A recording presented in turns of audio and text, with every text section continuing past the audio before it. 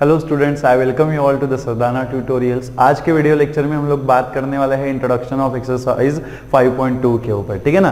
तो इस इंट्रोडक्शन में बेसिकली हम लोग दो टॉपिक्स कवर करने वाले हैं। फर्स्ट जो है वो represent geometrical representation of the complex number, ठीक है। और जो सेकंड हमारा टॉपिक रहने वाला है वो होने वाला है पोलर form of the complex number, ठीक है। तो एक्सरसाइज 5.2 के क्वेश्चन सॉल्व करने के लिए, ठीक है, ये टॉपिक्स जो है वो आपको बहुत अच्छे से समझने हैं, ठीक है। तो फर्स्ट जो टॉपिक है हमारा वो है geometrical representation of the complex number.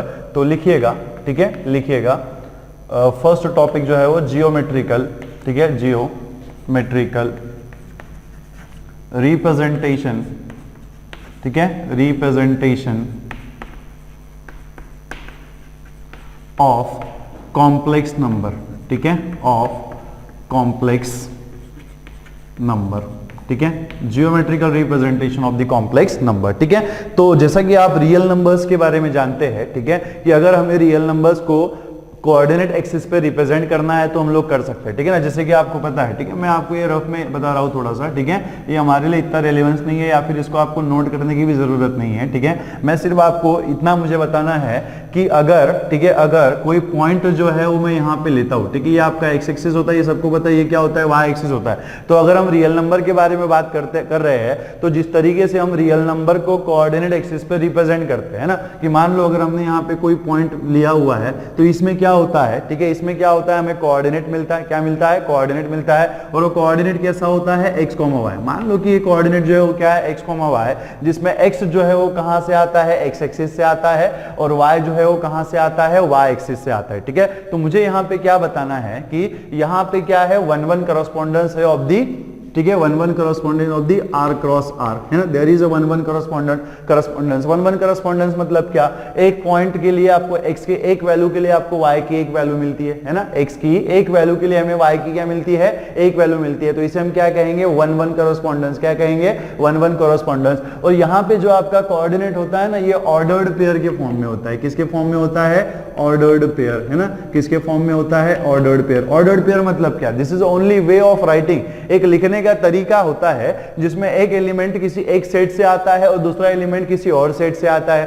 तो जैसे हमने यहाँ पे एक्स वाई लिखा हुआ है, ये ऑर्डर्ड पेयर है, तो इसमें एक्स एक एलिमेंट जो है वो आपका एक्स एक्सिस से आया हुआ है और सेकंड एलिमेंट जो है वो आपका कहां से आया हुआ है, वाई एक्सिस से आया हुआ है, ठीक है। तो ये जो लिखने का तरीका है इसी को हम लोग क्या कहते हैं, ऑर्डर्ड पेयर कहते हैं। And there is a 1-1 correspondence. वहां पे क्या होता है, एक 1-1 करस्पॉन्डेंस होता है, ठीक है ना। तो जिस तरीके से हम लोग रियल नंबर को रिप्रेजेंट कर सकते हैं, जियोमेट्रिकली रिप्रेजेंट कर सकते हैं, उसी तरीके से हम लोग कॉम्प्लेक्स नंबर को भी रिप्रेजेंट कर सकते हैं, ठीक है। अब कैसे कर सकते हैं, ठीक है। तो यहां पे देखो कि अगर हम यहां पे कोई रेक्टेंगुलर कोऑर्डिनेट ड्रॉ करें, है ना, रेक्टेंगुलर कोऑर्डिनेट्स हम अगर यहाँ पे ड्रॉ करें तो यहाँ पे आपको पता है हम सबको कि ये क्या होता है, हमारा एक्स एक्सिस होता है, ये क्या होता है, हमारा वाई एक्सिस होता है, ठीक है। ये क्या होता है, हमारा ओरिजिन, इसे हम कहते हैं वाई डैश, ठीक है। और ये क्या होता है, हमारा एक्स डैश होता है, ठीक है। तो मान लो अगर कोई पॉइंट जो है मैंने यहाँ पे P कंसिडर किया, ठीक है, अगर मैंने कोई पॉइंट जो है वो यहाँ पे क्या किया, P कंसिडर किया, ठीक है, और इसके कोऑर्डिनेट्स मैंने लिख लिए एक्स वाई, इसके कोऑर्डिनेट्स मैंने क्या लिख लिए, एक्स वाई। तो एक्चुअली होता क्या है, this X Y is a image, ठीक है, this X Y is a image और representation of the complex number x plus I Y, है ना। क्या होता है, ये जो पॉइंट एक्स वाई है वो क्या इंडिकेट करता है, क्या रिप्रेजेंट करता है, it represents the complex number x plus I Y, है ना। क्या रिप्रेजेंट करता है, कॉम्प्लेक्स नंबर x प्लस आई वाई का। और इसे हम क्या कहते हैं, ठीक है, इसे हम क्या कहते हैं, इस पॉइंट P को हम क्या कहते हैं, image of the x plus I Y. क्या कहते हैं हम लोग इसे, image of x plus I Y, या फिर इमेज ऑफ कॉम्प्लेक्स नंबर, ठीक है ना। क्या कहते हैं हम लोग, इमेज ऑफ कॉम्प्लेक्स नंबर, ठीक है। तो ये जो पॉइंट एक्स वाई होता है ये क्या होता है, इमेज होता है। किसका इमेज होता है, x प्लस आई वाई का इमेज होता है। और ये जो x प्लस आई वाई है इसे हम कहते हैं affix of point X Y. इसे हम क्या कहते हैं, एफिक्स ऑफ पॉइंट, ठीक है, ऑफ पॉइंट एक्स वाई, ठीक है, affix of point X Y, ठीक है ना। तो पॉइंट एक्स वाई को हम क्या कहते हैं, इमेज कहते हैं। किसकी इमेज कहते हैं, कॉम्प्लेक्स नंबर की इमेज कहते हैं, ठीक है। Complex number X plus I Y is equal to क्या होता है, जेड होता है, ठीक है। और यहाँ पे ये जो एक्स प्लस आई वाई है इसको हम क्या कहते हैं, एफिक्स कहते हैं। क्या कहते हैं, affix of point X Y, affix of the point X Y, ठीक है। तो हम यहाँ पे क्या कंक्लूड कर सकते हैं कि complex number can be represented uniquely, है ना, complex number can be represented uniquely as a ordered pair of the real numbers. अब मैं ऐसा क्यों बोल रहा हूं, क्योंकि यहां पे हमने क्या लिखा हुआ, पॉइंट एक्स वाई लिखा हुआ है, और हमें पता है कि इसी को हम लोग क्या कह सकते हैं, ऑर्डर्ड पेयर कह सकते हैं, है ना, क्या कह सकते हैं, ऑर्डर्ड पेयर कह सकते हैं। तो ये जो पॉइंट आपको एक्स वाई दिख रहा है, this is nothing but the ordered pair, ये क्या है, ऑर्डर्ड पेयर है, और ये क्या कर रहा है, पॉइंट कॉम्प्लेक्स नंबर को रिप्रेजेंट कर रहा है। तो हम लोग क्या कह सकते हैं कि हम कॉम्प्लेक्स नंबर को कोऑर्डिनेट एक्सिस पे रिप्रेजेंट कर सकते हैं as a ordered pair of the real numbers, है ना, as a ordered pair of the real numbers. So what we can conclude, complex number can be uniquely represented as, complex number can be uniquely represented as, ठीक है, ordered pair of the real numbers, है ना, ordered pair of the real numbers. तो अब तक हमने क्या देखा, ठीक है, अब तक हमने क्या देखा कि कॉम्प्लेक्स नंबर को हम कोऑर्डिनेट एक्सिस के ऊपर रिप्रेजेंट कर सकते हैं, ठीक है, किस फॉर्म में रिप्रेजेंट कर सकते हैं, ordered pair of the X plus I Y. इसी का मतलब क्या हो गया कि ये जो पॉइंट है ना, ये जो पॉइंट है एक्स वाई, ये क्या रिप्रेजेंट कर रहा है, कॉम्प्लेक्स नंबर को रिप्रेजेंट कर रहा है। क्या रिप्रेजेंट कर रहा है, कॉम्प्लेक्स नंबर को रिप्रेजेंट कर रहा है, ठीक है। तो एक दो पॉइंट्स अगर मैं यहां पे लिखना चाहूं, है ना, तो अगर एक दो पॉइंट हम यहां पे लिखना चाहे तो हम क्या लिख सकते हैं, ठीक है, क्या लिख सकते हैं यहां पे, फर्स्ट पॉइंट तो हम ऐसा लिख सकते हैं, ठीक है, कि पॉइंट, ठीक है, पॉइंट, या फिर हम ऐसा लिख सकते हैं, ठीक है, पॉइंट कॉम्प्लेक्स नंबर, ठीक है, कॉम्प्लेक्स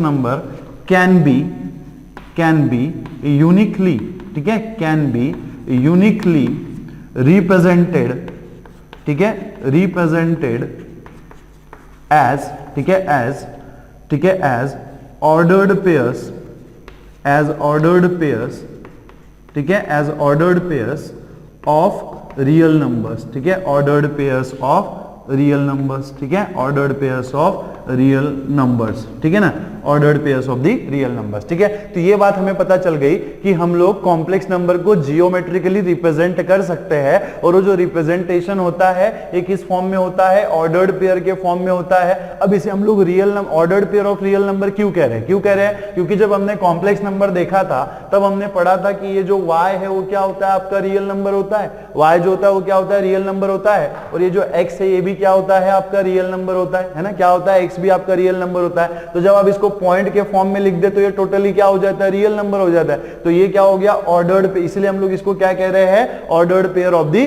रियल नंबर्स, ठीक है। तो क्या ये मेरी बात क्लियर है, ठीक है। दूसरी बात पे आते हैं, ठीक है। दूसरा पॉइंट आपको यहाँ पे क्या नोट करना है, दूसरा पॉइंट हम यहाँ पे क्या नोट कर रहे हैं, ठीक है, कि ये जो पॉइंट एक्स वाई है ये क्या होता है, इमेज, है ना, ये जो पॉइंट एक्स वाई है ये क्या है, इमेज है, किसका इमेज है, एक्स प्लस आई वाई का इमेज है, मतलब, ठीक है, दिस पॉइंट एक्स वाई, ठीक है, point X Y is called, ठीक है, इज कॉल्ड इमेज, ठीक है, is called image of complex number, ठीक है, इमेज ऑफ कॉम्प्लेक्स नंबर, ठीक है, इसको हम क्या कहते हैं, image of complex number z is equals to x plus I Y, है ना, z is equals to x plus I Y. तो ये जो पॉइंट होता है एक्स प्लस आई वाई क्या होता है, ये इमेज होता है, किसका इमेज होता है, कॉम्प्लेक्स नंबर का इमेज होता है। उसी तरीके से आपको ये भी ध्यान में रखना है कि ये जो कॉम्प्लेक्स नंबर एक्स प्लस आई वाई है इसको हम क्या कहते हैं, एफ एक्स कहते हैं, क्या कहते हैं, एफ एक्स कहते हैं। किसका एफ एक्स है, ये पॉइंट एक्स वाई का एफ एक्स है।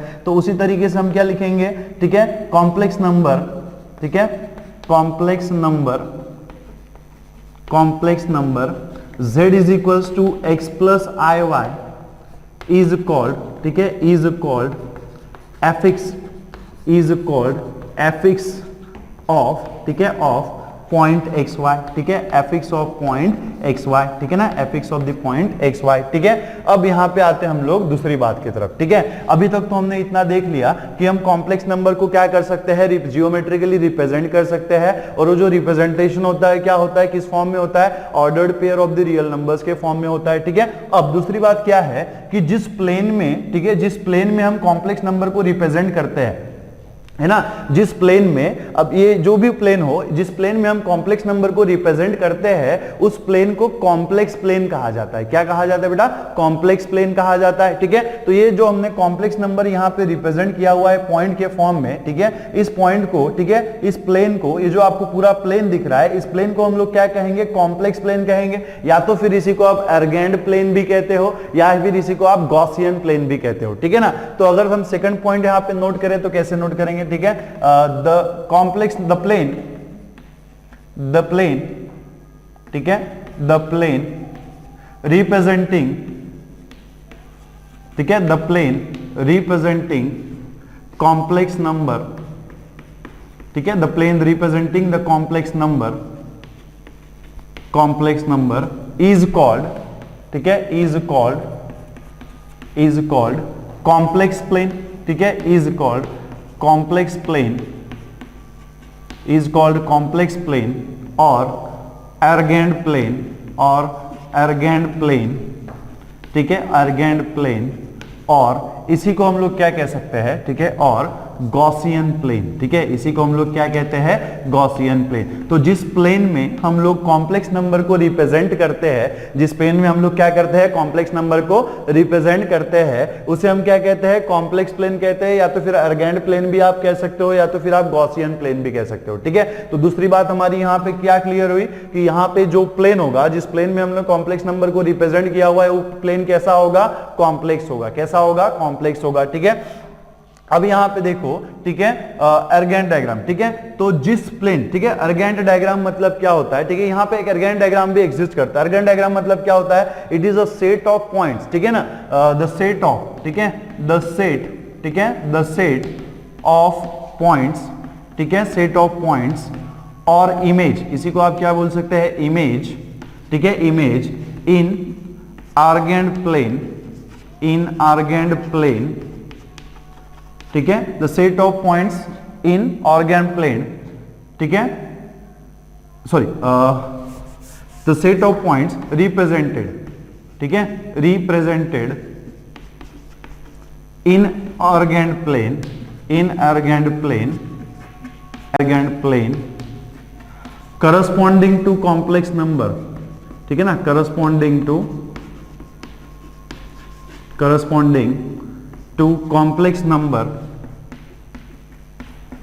कॉम्प्लेक्स नंबर इज कॉल्ड, ठीक है, इज कॉल्ड, ठीक है, इज कॉल्ड अर्गेंड डायग्राम, ठीक है, इज कॉल्ड अर्गेंड डायग्राम, ठीक है ना, इज कॉल्ड अर्गेंड डायग्राम, ठीक है। तो अर्गेंड डायग्राम मतलब क्या होता है, it is a set of points और द इमेजेस, ठीक है, it is a set of points और the images of the complex number represented in the complex plane, represented in the complex number, और you can say the complex number under the consideration, ठीक है, complex number under the consideration, जितने भी complex number हमने यहाँ पे represent किए हुए हैं किस प्लेन में, कॉम्प्लेक्स नंबर की प्लेन में, ठीक है, उन सारे कॉम्प्लेक्स नंबर्स के सेट को, उन पॉइंट्स के सेट को हम लोग क्या कहते हैं, अर्गेंड डायग्राम कहते हैं। क्या कहते हैं, अर्गेंड डायग्राम। बहुत सिंपल और बहुत आसान में भाषा में आपको ध्यान में रखना है कि जितने भी कॉम्प्लेक्स नंबर के रिप्रेजेंटेशंस है, जितने भी कॉम्प्लेक्स नंबर आपने यहाँ पे रिप्रेजेंट किए हुए किसमें, कॉम्प्लेक्स प्लेन में, उसका जो सेट होगा उसे हम क्या कहते हैं, अर्गेंड डायग्राम कहते हैं। क्या कहते हैं, अर्गेंड डायग्राम कहते हैं, ठीक है। तो ये तो बेसिक सा इंफॉर्मेशन हो गया कि अगर हमने कोई कॉम्प्लेक्स नंबर जो है उसको अगर हमने प्लेन में रिप्रेजेंट किया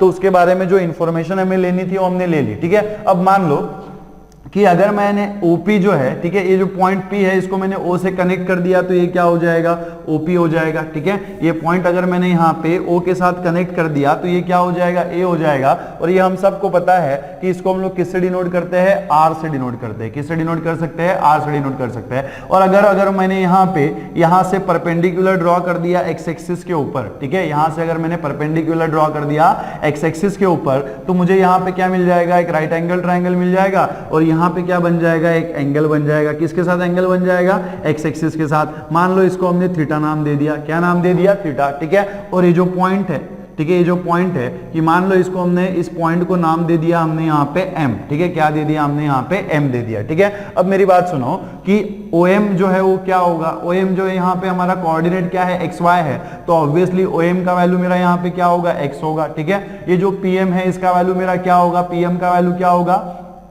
ठीक है ना। पीएम का वैल्यू कितना होगा, y होगा, है ना। और एक बात आपको यहाँ पे नोट करनी है, ये जो r है इसी को हम मॉडुलस ऑफ z भी कहते हैं, ठीक है। क्या कहते हैं, मॉडुलस ऑफ z भी कहते हैं। अब मैंने प्रीवियस लेक्चर में आपको मॉडुलस ऑफ z लिख के दिया था कि कितना होता है, modulus of z is equal to क्या होता है, under root of x square plus Y square, है ना। और मैंने आपको बताया भी था कि ये कैसे आता है, ये हम लोग निकाल भी सकते हैं, मैं आपको अगले लेक्चर में बताऊंगा, ठीक है। अब देखो, अगर ये मेरा ट्राइंगल है ना, अगर मैं क्या है, मेरा क्या है, ये ट्राइंगल है, तो यहाँ पे मैं पाइथागोरस थ्योरम अप्लाई कर सकता हूं ना, ठीक है। तो हम लोग अभी क्या देखेंगे, मॉडुलस ऑफ z, है ना। क्या देखेंगे, मॉडुलस ऑफ z, ठीक है, मॉडुलस ऑफ z, ठीक है। तो अगर ये मेरा ट्रायंगल है तो यहाँ पे मैं पाइथागोरस थ्योरम अप्लाई कर सकता हूँ। पाइथागोरस थ्योरम क्या कहता है, क्या कहता है, hypotenuse square is equals to side square plus side square. तो यहाँ पे हाइपोटेनियस कितना है भाई साहब, ओपी स्क्वायर कितना है, ओपी स्क्वायर, और यहाँ पे इज इक्वल्स टू आपका साइड स्क्वायर कितना है, ओएम स्क्वायर, है ना, ओएम स्क्वायर। और यहाँ पे इसका दूसरा साइड क्या है आपका पीएम, तो ये कितना हो जाएगा आपका पीएम स्क्वायर। अब यहाँ पे अगर आप थोड़ा ध्यान से देखो तो OP का जो वैल्यू है वो कितना है, R है। OP का जो वैल्यू है वो कितना है, R है। OM का जो वैल्यू है वो कितना है, X है ना। OM का वैल्यू कितना है, X है, तो ये x स्क्वायर हो जाएगा प्लस, और यहाँ पे ठीक है ये R स्क्वायर हो जाएगा। और PM का जो वैल्यू है वो कितना दिया हुआ है, हमें Y दिया हुआ है, तो ये कितना हो जाएगा, Y स्क्वायर, है ना। ये कितना हो जाएगा आपका Y स्क्वायर। तो इसी को आप क्या लिख सकते हो, R is equals to under root of x square plus Y square. But मैंने अभी आपको बताया कि R को ही हम लोग क्या कहते हैं, मॉडुलस ऑफ Z कहते हैं ना। R को ही हम लोग क्या कहते हैं, मॉडुलस ऑफ Z कहते हैं। तो ये क्या हो जाएगा आपका मॉडुलस ऑफ Z, ठीक है, modulus of Z under root of, ठीक है, under root of x square plus Y square. Modulus of Z is equal to आपको क्या मिलेगा, under root of x square plus Y square. तो इस तरीके से जो है वो आप मॉडुलस ऑफ Z को याद रख सकते हैं ना। मैंने आपको बताया था कि हर चीज का प्रूफ होता है, ठीक है, लेकिन आप थोड़ा सा हमको क्या रखना होता है, पेशेंस रखना होता है, धीरे धीरे हमें चीजों के साथ आगे बढ़ना होता है, ठीक है ना। तो यहाँ पे इस तरीके से आप मॉडुलस निकाल सकते हो। एक दूसरा और भी तरीका है, दूसरा क्या तरीका है, ये पॉइंट हमारा O है, ये पॉइंट हमारा P है ना, और ये क्या है हमारा ओरिजिन होता है 0 0, ये क्या होता है हमारा ओरिजिन होता है 0 0। तो अगर मुझे ये डिस्टेंस निकालना है OP, अगर मुझे ये डिस्टेंस निकालना है OP, तो मैं यहाँ पे डिस्टेंस फॉर्मूला अप्लाई कर सकता हूँ ना। मैं यहाँ पे क्या कर सकता हूँ, अगर ये मुझे डिस्टेंस OP निकालना है और मुझे पता है कि ये जो OP है वही मेरा मॉड्यूलस है, और अगर मुझे निकालना है तो मैं कैसे निकालूंगा, दिस इज द डिस्टेंस। यहाँ पे ये OP क्या है, हमारा डिस्टेंस है, तो यहाँ पे मैं डिस्टेंस फॉर्मूला अप्लाई कर सकता हूँ ना। डिस्टेंस फॉर्मूला क्या कहता है, क्या कहता है distance formula, under root of, ठीक है, under root of x2 minus x1 whole square plus y2 minus y1 whole square, है ना। क्या होता है, y2 minus y1 whole square. अब यहाँ पे देखो ये 0 0 है, ये क्या है, xy है, तो ये हो जाएगा आपका x1 y1, ये हो जाएगा आपका x2 y2। तो ये x1 y1 इज 0 0 और x2 y2 क्या है, xy है। यहाँ पे आप पुट करेंगे तो क्या मिलेगा, x minus 0 whole square plus y minus 0 whole square. तो आपको क्या मिलेगा, under root of x square plus y square, है ना। तो इस तरीके से जो है आप मॉडुलस ऑफ का यहाँ पे फाइंड कर सकते हो, ठीक है। अब दूसरी बात, ठीक है, अब यहाँ पे देखो कि ये जो एंगल XOP आपको दिख रहा है ना, ये जो एंगल XOP आपको दिख रहा है, इसको हम लोगों ने थीटा से डिनोट किया हुआ है, तो इसे हम लोग एक्चुअली कहते हैं एम्पलीट्यूड। इसे हम क्या कहते हैं, एम्पलीट्यूड कहते हैं। ये हमारा होता है एम्पलीट्यूड, ठीक है, ये क्या होता है, एम्पलीट्यूड होता है, या फिर इसी को आप आर्गुमेंट ऑफ Z भी कहते हो। इसी को हम लोग क्या कह सकते हैं, आर्गुमेंट ऑफ Z भी कह सकते हो, ठीक है। तो यहाँ पे एक चीज आपको और नोट करना है, ठीक है, कि एंगल, ठीक है, एंगल XOP, ठीक है, this is important, okay, angle XOP is called, ठीक है, इज कॉल्ड, ठीक है, is called amplitude, is called amplitude, ठीक है, एम्पलीट्यूड, और ठीक है, और आर्गुमेंट, ठीक है, और argument of Z is called amplitude और argument of Z denoted as, ठीक है, डिनोटेड एज एम्पलीट्यूड Z, और ठीक है, और आर्गुमेंट Z, ठीक है, और आर्गुमेंट Z, दैट इज, इसी का मतलब क्या हो गया, ठीक है, amplitude Z is equals to theta and, ठीक है, एंड आर्गुमेंट Z, ठीक है, argument Z is equals to क्या हो जाएगा, थीटा हो जाएगा, ठीक है। तो ये जो एंगल आपका XOP होता है, ये जो एंगल XOP होता है, इसे हम क्या कहते हैं, आर्गुमेंट कहते हैं। क्या कहते हैं? आर्गुमेंट कहते हैं। ठीक है, ये बात आपको बिल्कुल एकदम ध्यान में रखनी है क्योंकि ये बहुत इंपॉर्टेंट है, आपको आर्गुमेंट वगैरह फाइंड करने के लिए कहते हैं एग्जांपल्स में। ठीक है ना, क्वेश्चन जब हम पढ़ेंगे, एक्सरसाइज जब हम पढ़ेंगे तो उसमें क्वेश्चन आएंगे find the argument of the, ठीक है, Z, find the argument of the complex number. तो अगर आपको argument of the complex number find करना है मतलब क्या करना है? थीटा को फाइंड करना है। क्या करना है? थीटा को फाइंड करना है। ठीक है, अब एक दो चीजें यहाँ पे हमें और नोट करनी, इसके बारे में अगर देखना है कि मान लो अगर हमने यहाँ पे if z is equal to, हमने यहाँ पे 0 प्लस i इंटू 0 ले लिया है ना, अगर हमने यहाँ पे z is equal to 0 plus i into 0 ले लिया तो इस केस में क्या होगा? 0 प्लस i इंटू 0 मतलब x की भी वैल्यू 0 है और y की भी वैल्यू 0 है, तो ये कहाँ पे आ जाएगा भाई साहब? ओरिजिन में आ जाएगा ना। कहाँ पे आ जाएगा? ओरिजिन में आ जाएगा। और ओरिजिन में आ जाएगा तो ये जो एंगल है वो हमारा मीनिंगलेस हो गया। एंगल जो है यहाँ पे अगर पॉइंट ओरिजिन में आ गया, ये जो P है वो अगर ओरिजिन में आ गया तो ये एंगल का कोई मतलब रहा क्या? कोई एंगल ही नहीं बनेगा ना यहाँ पे। अगर ये पॉइंट, अगर मैंने x की वैल्यू 0 ले ली, y की वैल्यू 0 ले ली, तो ये जो पॉइंट आपको यहाँ पे दिख रहा है वो सरक के यहाँ पे आ जाएगा। और अगर ये यहाँ पे आ गया, x एक्सिस के ऊपर आ गया, मतलब यहाँ पे कोई थीटा बनेगा ही नहीं। थीटा क्या होगा? बनेगा ही नहीं। इसका मतलब क्या हो गया कि यहाँ पे जो है आर्गुमेंट, सॉरी, यहाँ पे एंगल XOP जो है वो क्या हो जाएगा? मीनिंगलेस हो जाएगा। और इस केस में जो आपका आर्गुमेंट होता है ना वो डिफाइंड नहीं होता है ना। इस केस में हम लोग आर्गुमेंट को डिफाइंड नहीं कर सकते या फिर बना ही नहीं सकते। ठीक है, तो यहाँ पे हम कैसे लिखेंगे? If f z is equal to 0 plus i 0 then, ठीक है, then angle XOP is meaningless. ठीक है, एंगल XOP जो है वो क्या होता है? आपका मीनिंगलेस होता है। क्या होता है? मीनिंगलेस होता है। ठीक है, एंड आर्गुमेंट ऑफ z है ना, argument of z, what is z क्या है हमारे पास? 0 plus i 0, that is z of, ठीक है, आर्गुमेंट ऑफ, ठीक है, argument of 0 plus i 0 is not defined. ठीक है, इज नॉट डिफाइंड, इसको हम लोग डिफाइंड नहीं कर सकते। ठीक है ना, इसको हम लोग क्या नहीं कर सकते? डिफाइंड नहीं कर सकते। ये बात आपको ध्यान में रखनी है कि अगर पॉइंट जो है आपका कॉम्प्लेक्स नंबर है 0 0 है तो इस केस में जो है आर्गुमेंट आप फाइंड नहीं कर सकते या फिर उसको आप डिफाइंड नहीं कर सकते। ठीक है ना, अब दूसरी बात एक और आपको यहाँ पे ऐसे ध्यान में रखनी है कि, ठीक है, इफ, ठीक है, यहां पे लिख रहा हूं मैं इफ, ठीक है, if value of theta, if value of theta is, ठीक है, value of theta is greater than minus pi, less than equals to pi, ठीक है, less than equals to pi, then theta is called principal value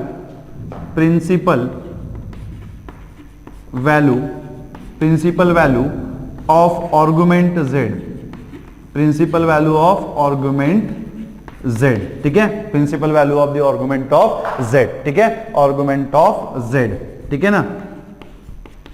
ठीक है, तो अगर आपका theta का जो वैल्यू है, अगर आपका थीटा का जो वैल्यू है वो ग्रेटर देन माइनस पाई है और लेस देन इक्वल्स टू पाई है, अगर आपकी थीटा की वैल्यू जो है वो इस रेंज में होती है, किस रेंज में होती है? Greater than minus pi less than equals to pi में, तो उसे हम कहते हैं principal value of the argument of z। उसे हम क्या कहते हैं? Principal value of the argument of z। This is very important, हाँ, this is very very important. आपको ये ध्यान में रखना है कि बहुत सारे एग्जांपल्स में, एक्सरसाइज में आपको ऐसे पूछते हैं कि find the argument value of the z, sorry, principal value of the argument of z। तो जब भी हमें प्रिंसिपल वैल्यू कहा जाएगा, तो एक बात बिल्कुल आपको ध्यान में रखनी है कि थीटा की वैल्यू जो है वो कैसी होनी चाहिए? ग्रेटर देन माइनस पाई होनी चाहिए और लेस देन इक्वल्स टू पाई होनी चाहिए। ग्रेटर देन माइनस पाई होनी चाहिए और लेस और इक्वल्स टू पाई होगी, तभी उसको हम लोग क्या कहेंगे? Principal value of the argument of z। ठीक है, तो अभी हमने क्या देखा? बहुत संक्षिप्त में हमने यहाँ पे फिर से रिकॉल कर लेंगे कि पहले तो हमने देखा कि हम लोग किसी भी कॉम्प्लेक्स नंबर को यूनिकली रिप्रेजेंट कर सकते हैं इन the form of ordered pair of the real number, है ना। किसी भी कॉम्प्लेक्स नंबर को हम लोग क्या कर सकते हैं? रिप्रेजेंट कर सकते हैं कोऑर्डिनेट सिस्टम में इन the form of the ordered pair of the real numbers. ठीक है, दूसरी बात हमने क्या देखी कि जिस प्लेन में हम लोग कॉम्प्लेक्स नंबर को रिप्रेजेंट करते हैं, जिस प्लेन में हम लोग कॉम्प्लेक्स नंबर को रिप्रेजेंट करते हैं वो प्लेन क्या होता है? हमारा कॉम्प्लेक्स प्लेन। उसे हम क्या कहते हैं? कॉम्प्लेक्स प्लेन कहते हैं, या तो फिर उसी को आप अर्गेंड प्लेन भी कह सकते हो या फिर उसी को आप गॉसियन प्लेन भी कह सकते हो। ठीक है ना। अब यहाँ पे ये जो आपका पॉइंट एक्स वाई होता है या फिर ऑर्डर्ड पेयर होती है, वो क्या होती है? इमेज होती है। किसकी इमेज होती है? कॉम्प्लेक्स नंबर की x प्लस आई वाई।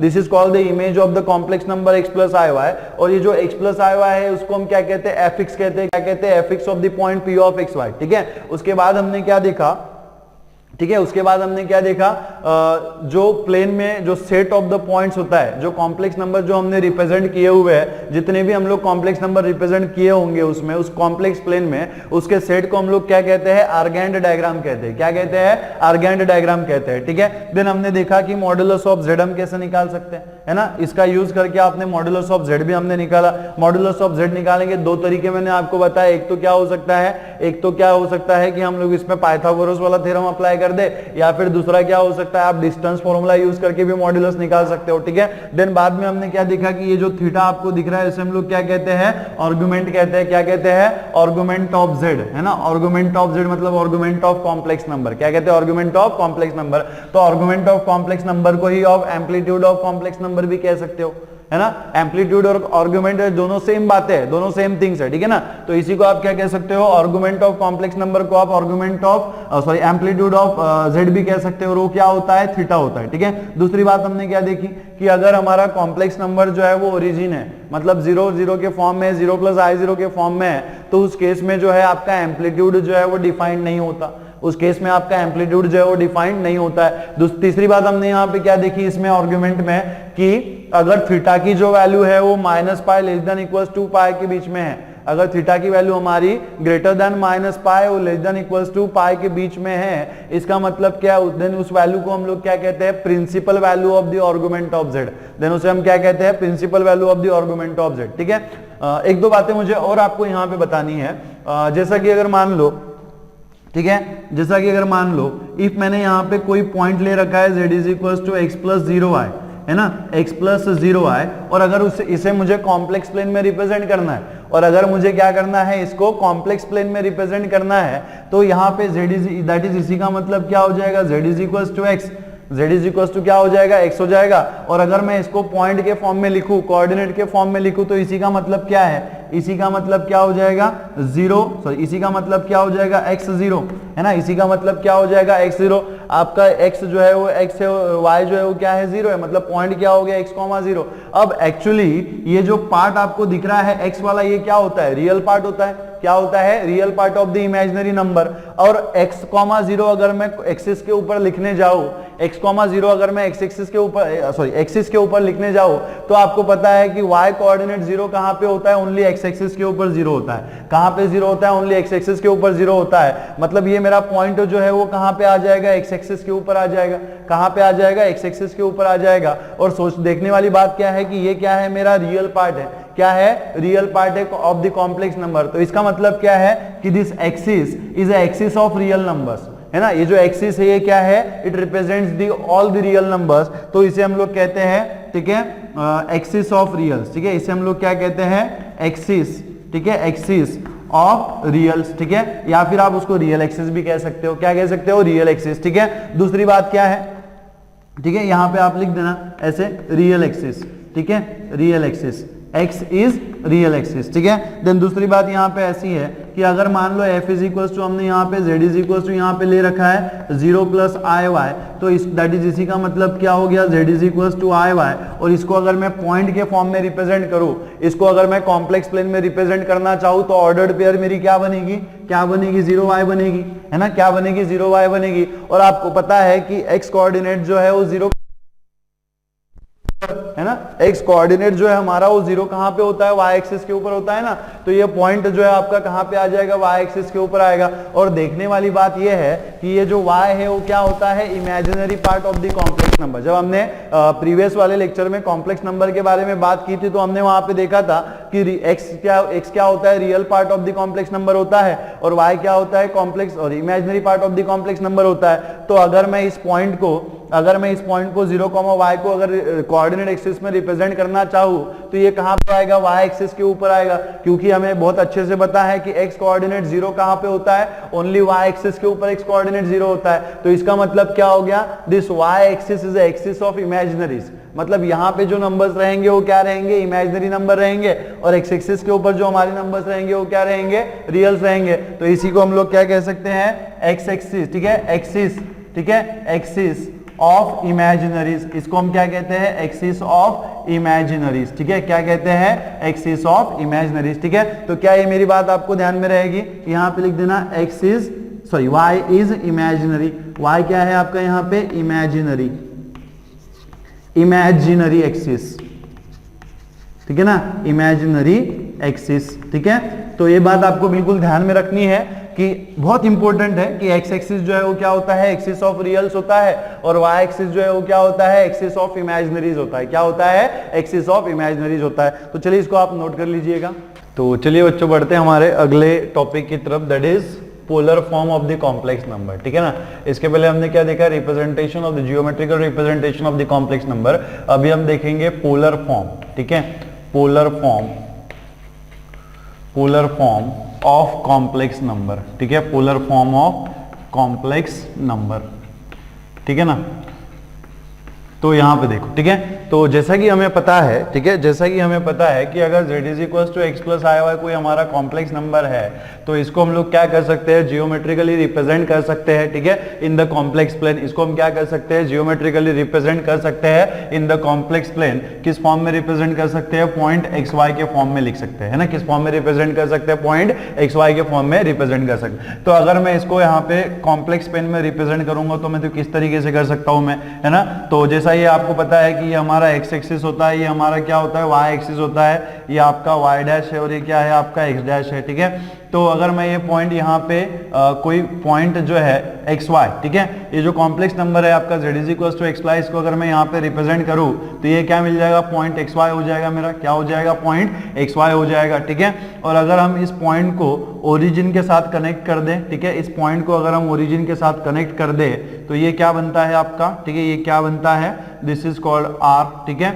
और ये जो लाइन OP है वो क्या करती है, OX के साथ एक एंगल बनाती है ना। लाइन OP जो है वो क्या करती है, OX के साथ एंगल बनाती है, उसको हम क्या कहते हैं, आर्गुमेंट कहते हैं। क्या कहते हैं भाई साहब, आर्गुमेंट कहते हैं, ठीक है। और अगर मैं यहाँ से एक परपेंडिकुलर ड्रॉ कर दूं इस तरीके से टू द एक्स एक्सिस, ठीक है, पॉइंट P से मैं अगर एक्स एक्सिस के ऊपर अगर एक परपेंडिकुलर ड्रॉ कर दूं तो मुझे यहाँ पे क्या मिल जाएगा, एक राइट एंगल ट्राइंगल मिल जाएगा। क्या मिल जाएगा मुझे यहाँ पे, एक राइट एंगल ट्राइंगल मिल जाएगा, ठीक है ना।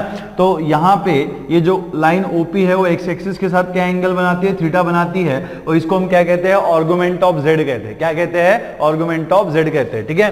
तो अगर इसको हम लोग देखें या फिर इस पॉइंट को अगर हम यहाँ पे नाम दे दे कोई m, ठीक है, तो ये जो m है वो क्या हो जाएगा, इस पॉइंट का कोऑर्डिनेट क्या है, x है, इस पॉइंट का कोऑर्डिनेट हमारा क्या है, x है, तो ये जो m है ये कितना हो जाएगा, x हो जाएगा, that is distance from the y axis, ठीक है ना।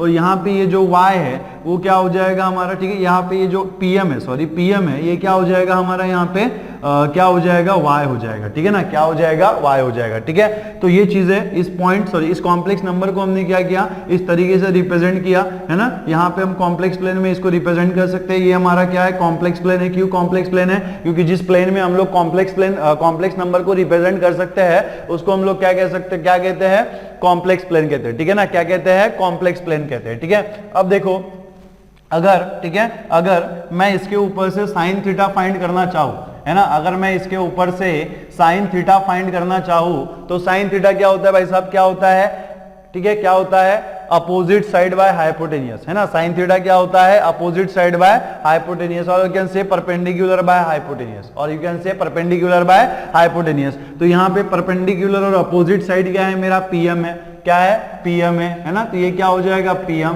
बाय, और हाइपोटेनियस में मेरी क्या है, OP है। हाइपोटेनियस क्या है हमारी, OP है, ठीक है ना, क्या है, OP है। तो इसी को आप कैसे लिख सकते हो, साइन थीटा, ठीक है, sine theta is equals to, ठीक है, इज इक्वल्स टू, यहाँ पे देखो PM का वैल्यू कितना हो जाएगा, PM कितना हो जाएगा हमारा, Y हो जाएगा, तो ये आपका आ जाएगा Y। और ये जो OP है, ठीक है, ये जो OP है वो कितना है, R है, तो ये आपको क्या मिल जाएगा, R मिल जाएगा। और इसी को आप क्या लिख सकते हो, ठीक है, क्या लिख सकते हो, Y is equals to R sine theta, ठीक है। तो Y का वैल्यू जो है वो आपको कितना मिल रहा है, R साइन थीटा मिल रहा है, ठीक है, कितना मिल रहा है, R साइन थीटा मिल रहा है। इसको मान लो अगर हमने कोई रेफरेंस नंबर 1 दे दिया, ठीक है। वैसे ही अगर मैं आपसे पूछूं कि भाई साहब मुझे बताओ कॉस थीटा क्या होता है, तो आप बहुत आसानी से बता देंगे कि सर कॉस थीटा होता है एडजेसेंट साइड बाय हाइपोटेनियस, और we can say base by hypotenuse, और we can say base by hypotenuse, ठीक है ना।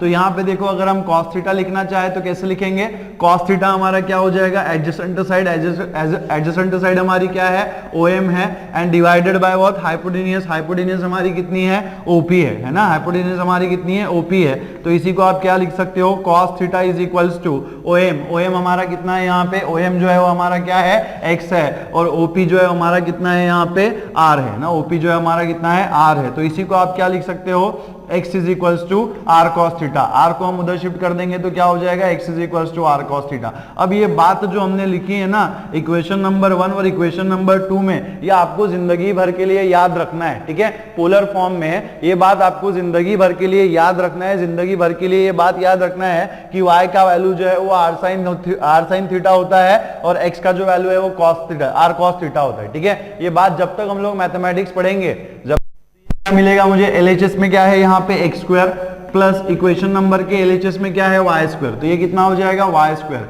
इज इक्वल्स टू, ठीक है। यहाँ पे देखो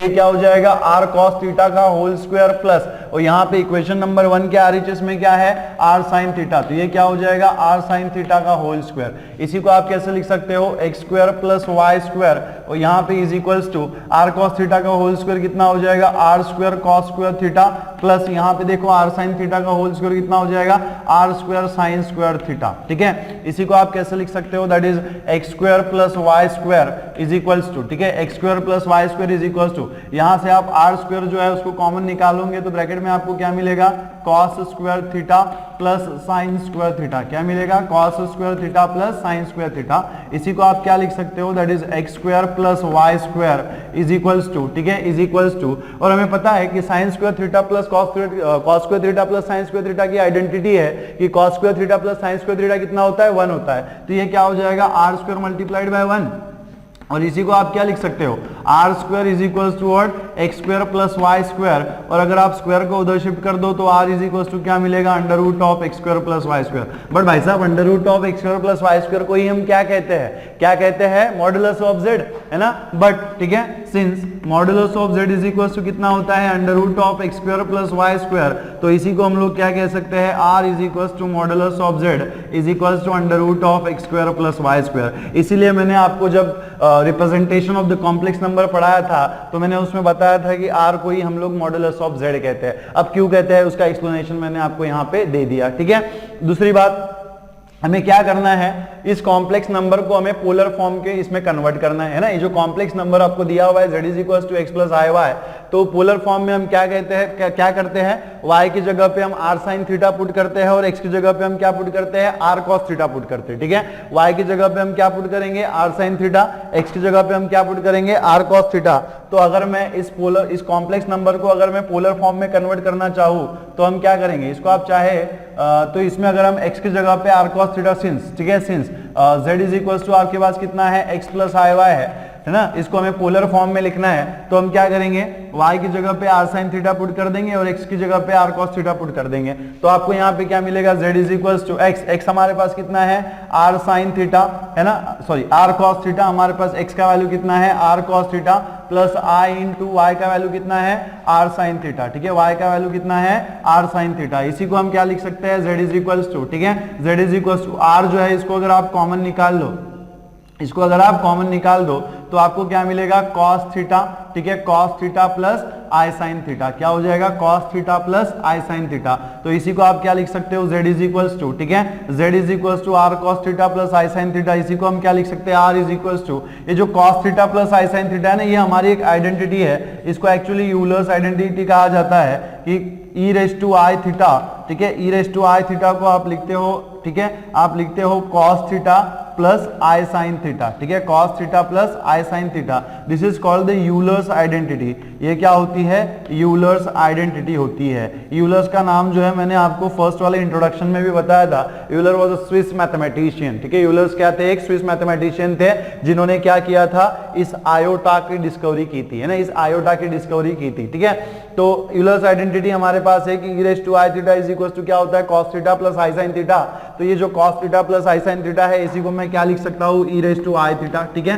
तो ये जो आपको इक्वेशन दिख रहे हैं, z is equal to r into cos theta plus i sine theta and z is equal to r into e raise to i theta, these are both the polar forms of the complex number, ठीक है। ये क्या है, हमारे polar forms है, किसके polar forms है, complex numbers के, ठीक है। ये किसके पोलर फॉर्म्स है, हमारे कॉम्प्लेक्स नंबर्स के, ठीक है। तो क्या मेरी बात क्लियर है, इसमें से हमने क्या देख लिया कि मॉडुलस ऑफ z को हम r को ही हम लोग मॉडुलस ऑफ z क्यों कहते थे, ये हमने यहाँ पे एक्सप्लेन कर दिया। उसके बाद आपने यहाँ पे पोलर फॉर्म में वैल्यूज देख ली कि y की वैल्यू जो है पोलर फॉर्म में क्या होती है, r sin थीटा होती है, और x की जो वैल्यू है वो क्या होती है, r cos थीटा होती है। जिंदगी भर के लिए आपको याद रखना है, ठीक है ना, ये आपको जिंदगी भर के लिए याद रखना है कि x की जो वैल्यू है वो क्या होती है, r cos थीटा होती है, और y की वैल्यू क्या होती है, r sin थीटा होती है। और पोलर फॉर्म में कॉम्प्लेक्स नंबर को हम कैसे लिखते हैं, z is equal to r cos theta plus i sin theta, z is equal to r multiplied by cos theta plus i sin theta, और z is equal to r multiplied by e raise to i theta. So these are the representation of the complex number in polar form. किस form में है, पोलर form में।